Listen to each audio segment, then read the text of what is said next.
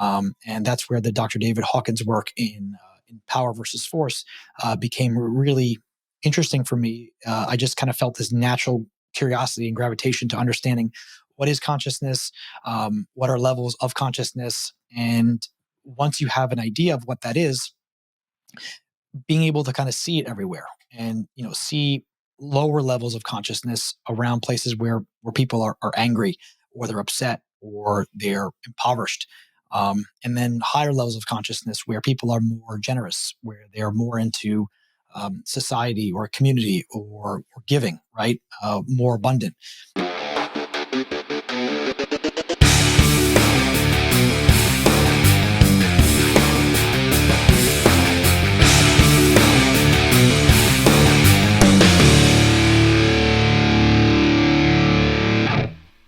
All right. So in today's episode, I'm so excited to share this with you. This episode, we are going to cover things around mindset.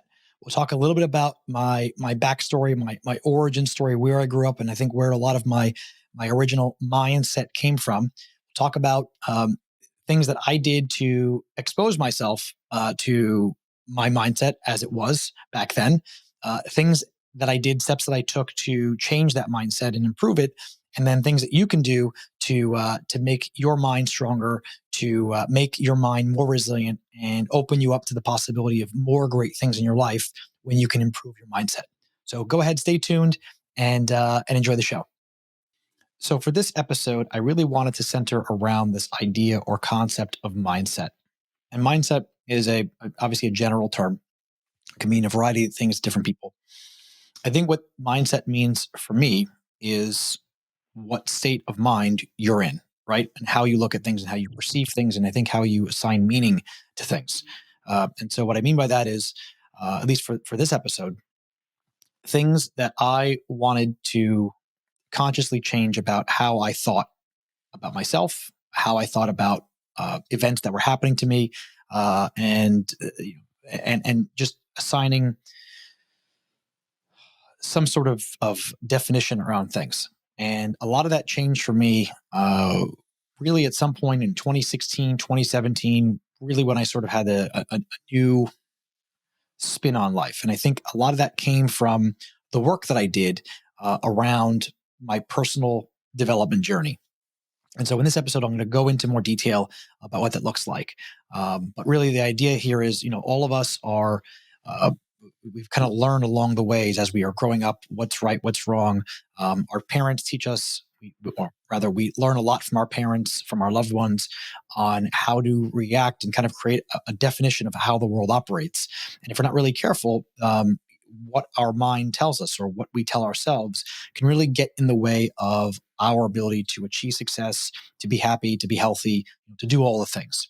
And so I feel like the right place to start for this story is to go back to my backstory a little bit. This is sort of the beginning stages of our courting relationship here. You're starting to get to know me a little bit. Let me go into a little more detail about where I grew up, where I'm from. So I'm a New Yorker, even though I live in Georgia now, but that's really the identity that I'm currently holding on to. I grew up in Brooklyn, New York, although I did spend a lot of my formative years not only in Brooklyn, New York, but also Long Island, New York, and parts of the Los Angeles area of California. There's a kind of a whole story there. We won't get into this episode, but I grew up as the son of a first generation or an immigrant Sicilian father. He came over from Sicily when he was about 6 years old. And I grew up a lot around my extended family. So I have a younger brother. He's about 7 years younger than I am. But, a lot of the first 7 years were me and my cousins living in Brooklyn, New York. And I had, at that point in time, let's see, my father had there was three brothers and sisters. All of them had at least 2 or 3 kids. So there was a dozen of my older cousins that were around me growing up. My grandparents were immigrants from Sicily, very hardworking people, also very hard-headed, if you know anything about the stereotypes of Sicilians, very thick-headed, as they say. And it was interesting, number one, growing up in Brooklyn, number 2, growing up in an immigrant family, number 3, growing up in New York. All these different dynamics for me as a person, they really influenced a lot of beliefs or conditions that I had around treating people, working with people, interacting with neighbors, ideas around money. And I'll give you some examples. Growing up in New York, if you're not from New York or the tri-state area, there's this hardened belief that you don't make eye contact with people, right? You cross paths on the street or the sidewalk, you ignore the other person. And I never really quite understood where that originated or came from until I got older and I started working in New York City and doing the same things. I think I realize now, I'm not sure if this is 100% correct, but it just makes sense. There's a lot of crazy people in New York. We're not going to get into mental health issues and how that impacts society and things like that. But there are crazy people in New York. And I think what happens is everyone sort of learned this learned behavior of, well, you just don't invite unwanted attention into your life. And so how do you uninvite or not invite intention in your life? You ignore them. You look away, you look down, you look on your, it's easier now, you look on your phone, right? You look on your phone, scroll up things. And so what happens is, once you're out of the craziness, you carry that on culturally into your neighborhood, into your community, into all the things. And so everyone from that point on just learns up to be like, I'm just going to ignore everybody, right? And in New York, there is this culture of like zero sum game, meaning like nobody can finish better than anybody else. And so if I'm going down, you're going down. And so that was kind of part of my upbringing. Of course, in the New York, like everyone's an immigrant, everyone's from some third world country, including Italy. I don't have any preconceived notions that Italy is not a third world country. And so they bring with them all of their hardships, right? And so like this hardship stuff just permeates all of New York. So growing up with that, right? Didn't have a lot of money growing up, right? So for me, I heard stories about how money doesn't grow on trees from my family, seeing what money did to my extended family on the mom's side. They had money, and there was all sorts of crazy drama that went on with that, right? And as a kid, you don't really understand it because you don't know the dynamics of what it's like being an adult and all those things. But being exposed to it, you just sort of see these things. Well, like money kind of creates problems, right? Not a good, not really good, a good belief if you want to become ultra successful. You want to have tons of money constantly flowing into your life. You don't want those sort of beliefs, but that's sort of what gets programmed in. I didn't, my family worked really hard. My dad worked 50, 60-hour weeks, worked overtime all the time. He used to fix CAT scans and MRI machines. And so he would be, he'd be on the road working, right?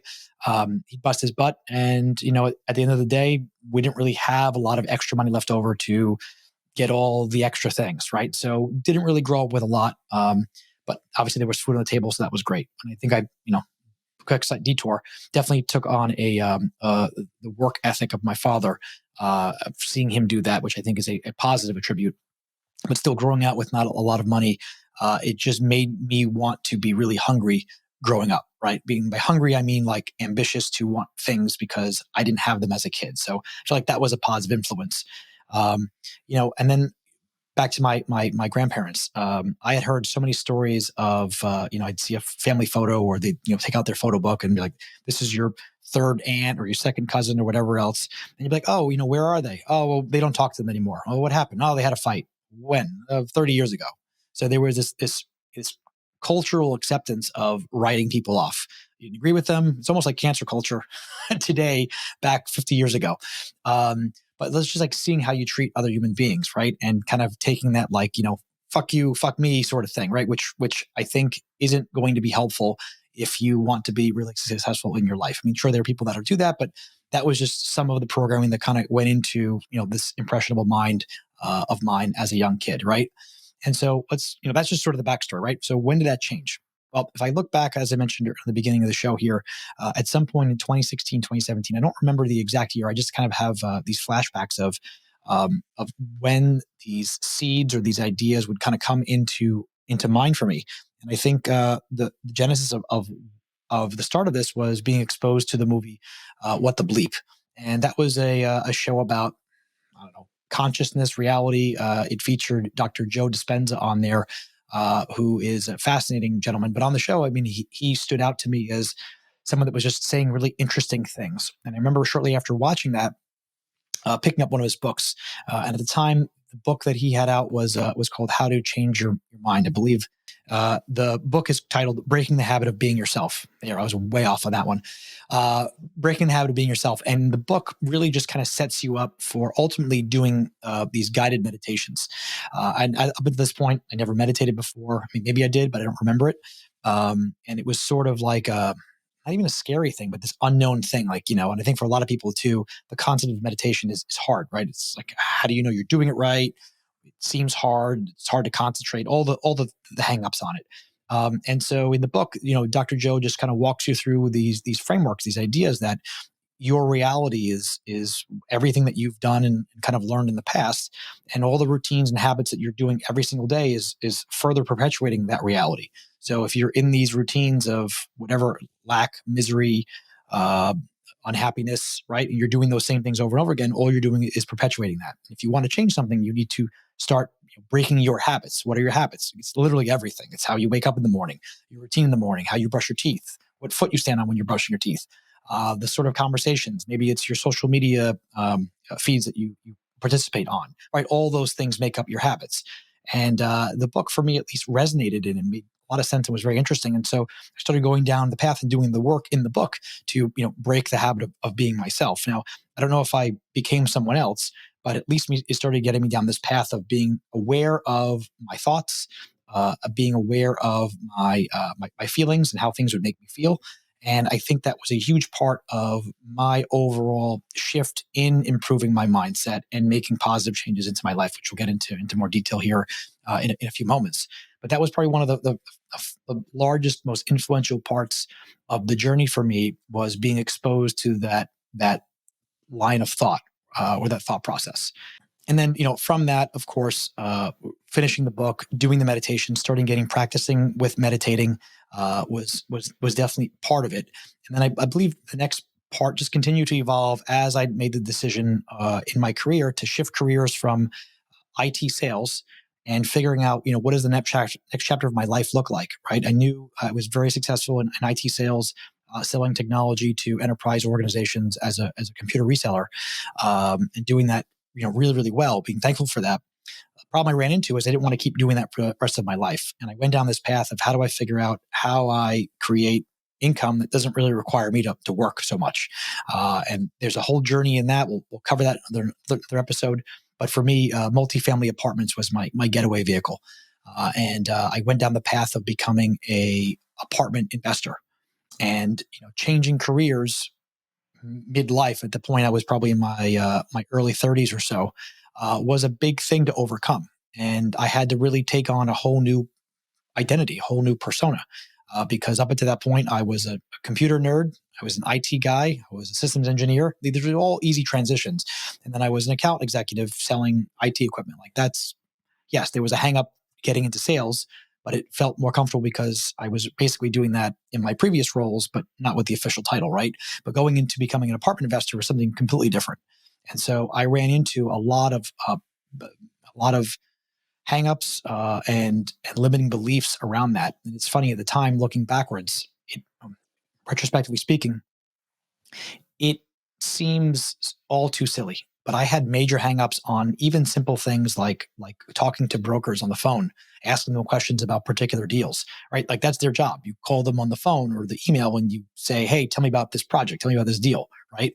I had massive hangups, like feelings of unworthiness, feelings of overwhelm, feelings of just like maybe they'll see right through me that I'm this noob investor guy, and it would like shut down my ability to further have relationships with them or get deals with them later on. It was silly stuff, but in the moment, it felt very real. And I know that part of what got me through that was starting to be aware of those thoughts, being aware of the uncomfortableness that I was feeling as I was going through those experiences, and just seeing like kind of what was going on, observing, right, the observer. And that was a hard part for me, right? Also, too, I looking back and thinking about this, there were also a lot of elements around lack mentality, right? This idea that there's only a limited supply of something in the world, whether that's money, apartments, deals, great deals, customers, right? Insert a thing here. There's like a finite amount of it. And because there's a finite amount of it, like my desire to get that thing is going to be limited and wrought with extreme competition.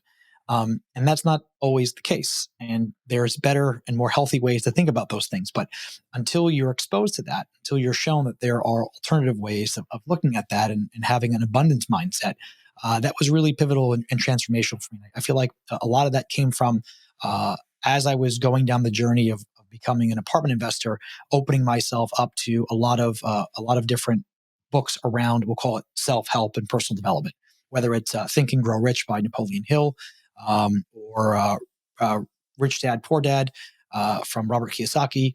Just kind of going down that path of exposing myself to an alternative way of thinking really challenged my status quo frame of reference for things, and also opened me up to being more observational in what I'm doing, saying, and thinking throughout the day, and making adjustments when I see fit. Right, like if I see myself having a knee jerk lack of mentality response to something or a thought about something, observing it and then realizing, okay, well, what is the opposite of that? What is the more productive version of that thought? And then putting that into practice. Now, none of this stuff, of course, obviously happens overnight. It's a slow transformational attempt, but looking where I am now, a good 5 or 6 years later, after that point, 7 years, 6 to 7 years later, after that point, it's almost night and day. And as a consequence, not to get too far down the path of the result of this, I feel like you start to outgrow your then current friends and family to a degree, because you start to really expand it as who you are as a person. And sometimes you outgrow people that don't share those same new beliefs that you have, or new ideas, or new ways of thinking that you have, and it can create conflict and challenges. And then also you just realize this person's sad and depressing and I don't want to be around them anymore, right? And that's kind of part of your journey as well. So working through lack mentality, working through going through my notes. Here's another funny one. Part of the reason you become an investor is to make money, right? That's just how it is. But how much money? Like, how much do you want? What does success look like for that? And I remember, and even now to a degree, it's not as bad, but I remember going through these exercises, thinking, okay, how much passive income is enough each month? Is it enough to just cover your expenses, right? Whatever expenses are, that's it. 2,000 a month, 3,000 a month, 5,000, whatever. And at the time, like thinking, wow, let's see, it'd be great if I could make whatever, 7 grand a month. That would cover all my expenses and give me some extra cushion. And then it's like, well, why limit yourself to just 7 grand? Go more than that. All right, well, what's more? I don't know. Let's go to 20 grand. Okay, 20 grand a month. It's 240 a year. All right, that seems good. But like, why stop there? Why not go to 100 grand, or make it ridiculous? Go to like $1 million a month. Okay. Then I ran into these weird things, and you can do this too. Run this exercise through your own filter and see how it works out for you. But for me, like this idea of $1 million, I quickly found myself, like my ego going, what are you going to do with $1 million a month? Like, you don't need $1 million a month. Um, like, it's almost like there's this deep rooted sense of unworthiness for having access to so much money that I can't spend it. I'm not eligible to have it. Like, just weird things that I notice come up, that only really come up when you kind of go through these exercises of thinking, like, what would you do with $1 million a month? Go even crazier. What would you do with $100 million a month? Imagine that, $100 million a month. Like, it's one thing that you'd want that. Another thing if you feel like you don't want it, or you don't need it, or you wouldn't know what to do with it. But like, this is the sort of deep rooted unworthiness that subconsciously I feel like hold people back, because what you can't do is say I want to be a billionaire or a millionaire, but have these subconscious things that are holding you back, saying money's bad, that much money is really bad, things like that. And you won't really get to uncover these things until you do the work and sort of figure that out. And half figuring that out, back to the point of today's show, is about mindset and being aware of these thoughts and kind of catching yourself when they kind of bubble up. So let's transition to a part where we talk about, what did I do, right? What did I do around this?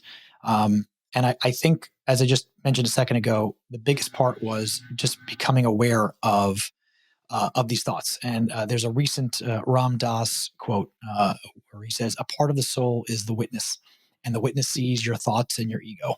And if you think about what that means, is part of our being here is this ability to observe. Think about, like, from top down view, what's going on in our mind, the internal mind chatter, and listening in on that, and see what's going back and forth over the wires there.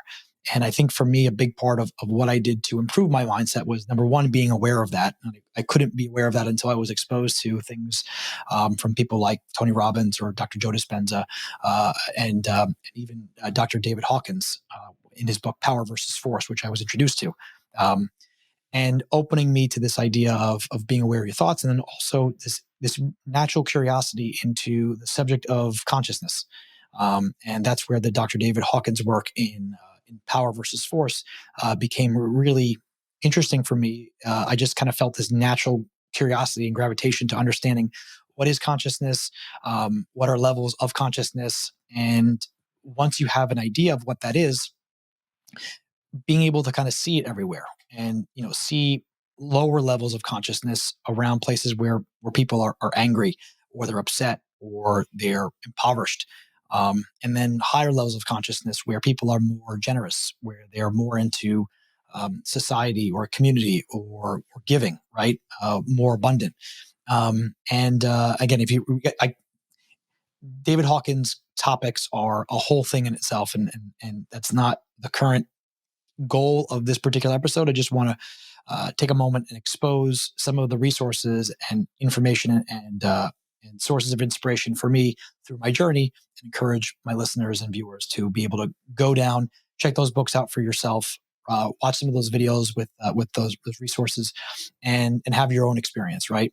But those are really profound for me. So at this point, I'm reading books, exposing myself to these new ideas, becoming more and more aware of my thoughts and feelings, and sort of pruning away the incompatible feelings and thoughts that pop up that aren't representative of the new me. And the new me is a happier me. And the new me is someone that is way more successful than I could currently imagine in my current state. Right? It's this not far off in a distant, but this version of myself that is just super attractive, right, for all the qualities that I want to work and strive for.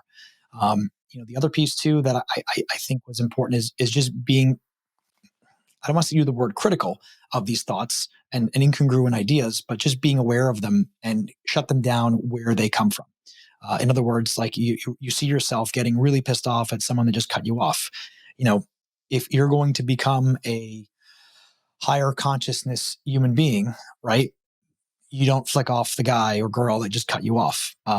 Yeah, I think part of the human experience is having those emotions and getting pissed off and letting it go, but not ultimately harboring it and holding on to it and letting it ruin your day, right? I think having the awareness of how your mind can kind of take over and feel indignant and feel violated, having that happen, and letting going on for hours and hours and hours, but also being aware as the observer of monitoring that and being like, hey, what's going on here? Right? This is not who I want to be. This is not who I want to become. And you sort of self-select those thoughts and feelings and ideas that you have as a result of maybe how you used to react to certain people. So I think that's really important. Another piece too that I want to share that I was extremely inspired by was some of the neurofeedback work that I did at a place called the BioCybernet Institute. So a number of years ago, my wife turned me on to an interview that the founder of the organization, Dr. James Hart, did on a podcast, which reminds me, I think I'd love to have James on my show and talk about his lessons around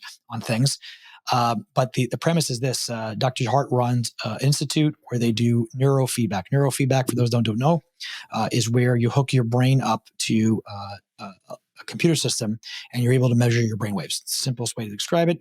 And the point of doing this isn't for like funsies. I mean, it could be funsies, but it was in efforts to get real-time feedback from your brain so that you can generate and create more alpha brainwaves.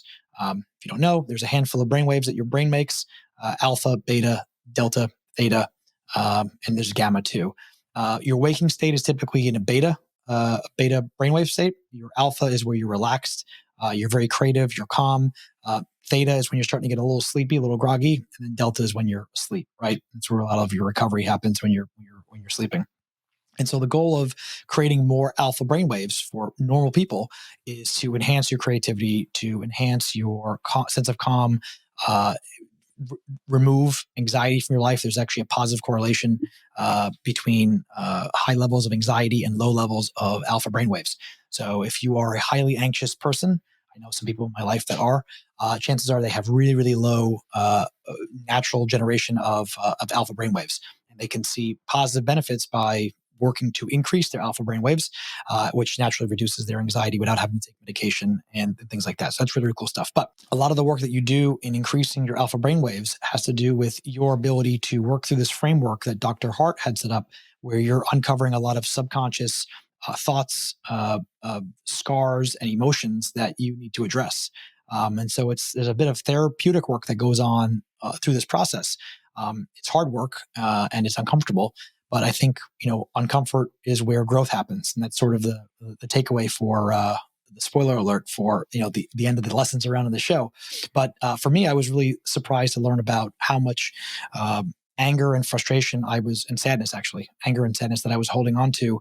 That if you'd asked me in the street, like, hey, would you describe yourself as an angry or sad person? I'd be like, no, you're crazy, right? But in really uncovering that and seeing the sources of those things, it made a lot of sense to me. And having the opportunity to kind of go through those things to peel those layers away, because it really wasn't something that I wanted to hold on to in the future, because it was preventing me from becoming a better person, a better father, better husband, all the better things, was really important for me to work through. So I feel like the work that I learned and did through that experience with the neurofeedback training was very influential on my ability to improve my mindset, and of course be aware of all the habits and different things that I was absolutely doing.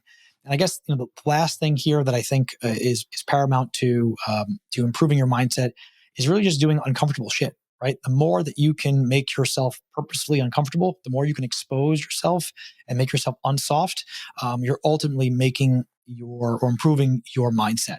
And so what does that look like? Exercise, like getting the last rep in, when you're working to failure. That could be exposing yourself on purpose to cold, doing cryotherapy. It could be hot therapy when you're doing a sauna.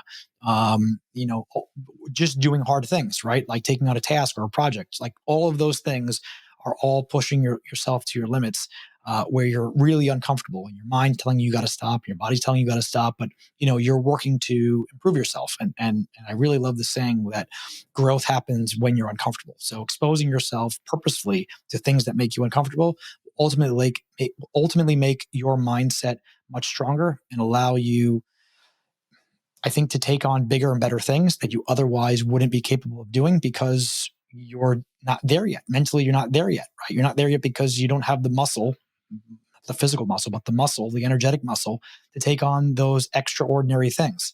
And I think that's the big takeaway and the big lessons around for this show today is to have some more awareness onto your thoughts and feelings and your emotions.